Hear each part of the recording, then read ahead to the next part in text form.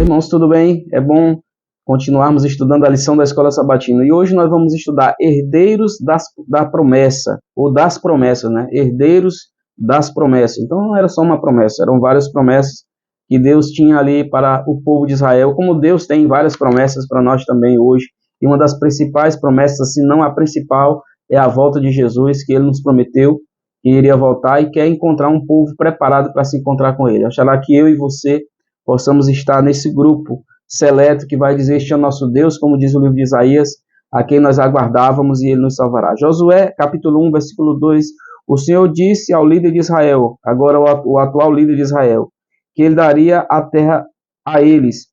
Por outro lado, no verso seguinte, o texto hebraico indica que Deus já havia concedido. Como entender isso? Então Deus ia dar, Deus não ia dar, Deus já havia dado, Deus não tinha dado. Então qual era a situação aqui? O que nós nos leva a entender o texto é que a terra prometida era uma dádiva do Senhor, e Deus era o seu verdadeiro dono. Em Josué 1, 2 e 3, nós encontramos duas formas diferentes do verbo dar, que revela dois aspectos importantes nessa questão.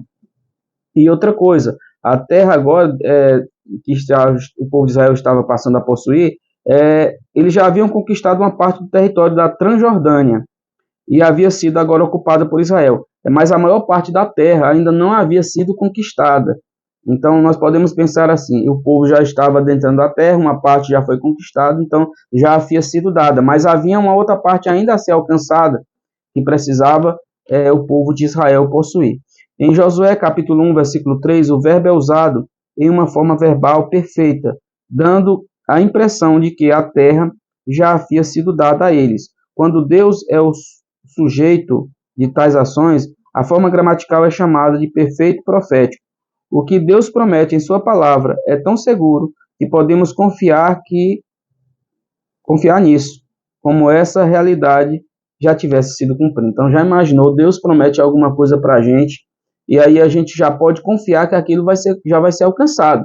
Porque o que Deus promete para o seu povo, para os seus filhos, você pode ter certeza que ele promete e é sempre o melhor. Assim como Jesus prometeu que iria preparar um lugar, como ele nos prometeu lá em João 14, né? Vou preparar-vos um lugar, e quando eu for vos preparar-vos lugar, voltarei outra vez e vos receberei para mim mesmo. Você pode ter certeza que essa promessa ela vai se cumprir.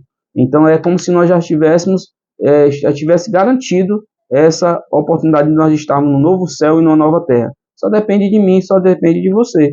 Basta nós acreditarmos, confiarmos, nos entregarmos nas mãos de Deus e agora aceitarmos o chamado que ele nos faz. Além disso, o termo hebraico, kol, traduzido como todo, toda ou todos, é repetido várias vezes no primeiro capítulo, expressando a totalidade e a integridade essenciais para atingir o processo dado a Josué. O sucessor na conquista futura da terra prometida dependia de um alinhamento perfeito com Deus, né? Josué, o povo e o povo de Israel. Então tinha que ter ali esse alinhamento entre esses três sujeitos: Josué, Deus e também o povo de Israel, para que pudesse se cumprir a promessa.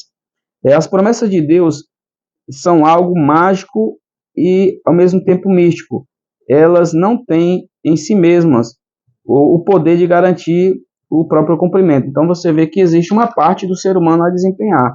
A garantia de que elas se tornarão realidade será na presença de Deus, que diz: estarei com vocês. De fato, a presença do Senhor foi essencial para a sobrevivência de Israel. Sem ela, os israelitas seriam apenas mais uma nação dentre muitas nações. Então qual é a grande diferença entre as nações que ocupavam aquele lugar? Deus era a grande diferença, e Deus continua sendo hoje a grande diferença entre aqueles que servem a Deus e aqueles que não servem a Deus.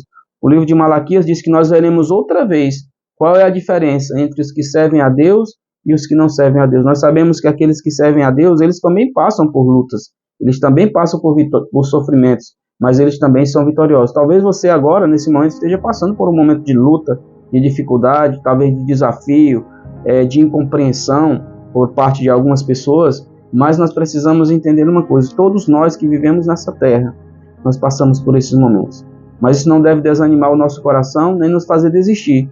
Josué agora buscou ao Senhor e continuou buscando, E a cada vez mais que ele buscava, Deus lhe mostrava que ele era com ele. E Deus quer mostrar isso para você hoje também. Busque o Senhor, se coloque nas mãos dele, deixa que Deus age através de você e você vai ver vitórias de Deus sobre a sua vida.